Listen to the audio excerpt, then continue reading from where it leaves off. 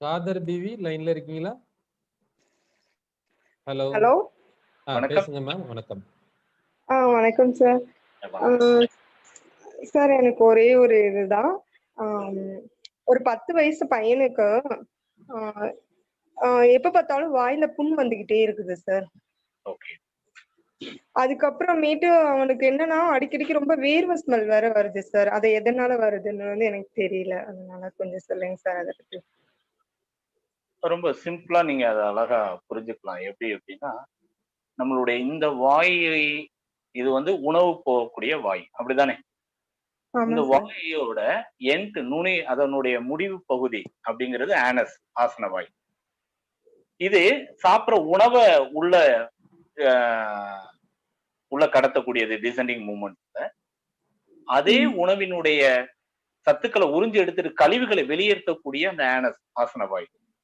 இந்த ஆசன வாயில ஆனஸ்ல ட்ரைனஸ் ஏற்பட்டுச்சு அப்படின்னா, வறட்சி ஏற்பட்டு மலக்குடல் வறட்சி ஏற்பட்டா, அந்த கோலன் ரீஜன்ல வரக்கூடிய ட்ரைனஸ், அங்க கிருமிகள் இருந்தா, பர்ம்ஸ் ஏதாவது இருந்துச்சு அப்படின்னா, அந்த குழந்தைக்கு மலச்சிக்கல் இருப்பதற்கோ வாயு தொல்லைகள் இருப்பதற்கோ, அதன் காரணமா வாயில பேட் ஸ்மெல் வர்றதுக்கோ வாய்ப்புண் வர்றதுக்கோ வாய்ப்பு இருக்கு. அந்த மூளைச்சூடு சிலருக்கு கோல்டு கேட்டகரியா இருக்கும், சிலருக்கு ஹீட் கேட்டகரியா இருக்கும். ஹீட் கேட்டகரியா இருந்தா மோஷன் ஸ்ட்ரெயின் பண்ணி போவாங்க, லேட் ஆகும், எந்திரிச்சோன்னு போக மாட்டாங்க, ரொம்ப நேரம் சென்று தான் போற மாதிரி இருக்கும். அவங்களுக்கு எல்லாம் அந்த ஹீட் கேட்டகரியா இருந்தா கண்டிப்பா வாய்ப்புன்னு அடிக்கடி வரும்.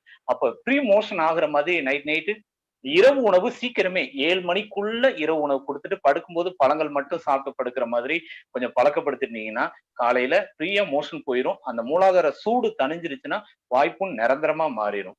இல்லைன்னா நம்ம வாய்ப்புண்ணுக்காக விட்டமின் டேப்லெட்டோ அல்லது அல்சருக்கான எனி டேப்லெட் எது எடுத்தாலும் தற்காலிகம், நிரந்தரமா சரியாகாது.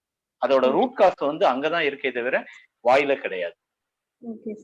ஏன்னா 10 வயசுக்கு, இதே 40-50 வயசு அப்படின்னா ஸ்டொமக்ல ஆசிட் செக்ரேஷன் அதிகமா இருந்து அதோட ரிஃப்ளெக்ஷனால தொண்டை புண்ணாகும், வாய்ப்புண் அடிக்கடி வரும். அது வேற கேட்டகரி. 10 வயசு பையனுக்கு இதெல்லாம் கிடையாது. முழுக்க அவங்களுக்கு மலக்குடல்ல இருக்கக்கூடிய மலச்சிக்கல், வயிற்றுப்பூச்சி, மூளைச்சூடு, இது இந்த 3 தான் அடிப்படையான காரணம். ஆயில் புல்லிங் பண்ண சொல்லுங்க. ஆயில் புல்லிங் எப்படி செய்யறதுங்கிற வீடியோ இருக்கு நம்மளுடைய சேனல்ல. அத காலையில ஒரு தடவை, ஈவினிங் ஒரு தடவை, 2 தடவை செய்ய சொல்லுங்க. ஒரு 3 days or 5 days குறைஞ்சதுக்கு அப்புறம் டெய்லி ஒரு தடவை செய்ய சொல்லுங்க. அதுக்கப்புறம் வீக்லி 1 or 2 கூட செய்ய சொல்லுங்க. கண்டிப்பா மாறி. Okay, thank you sir.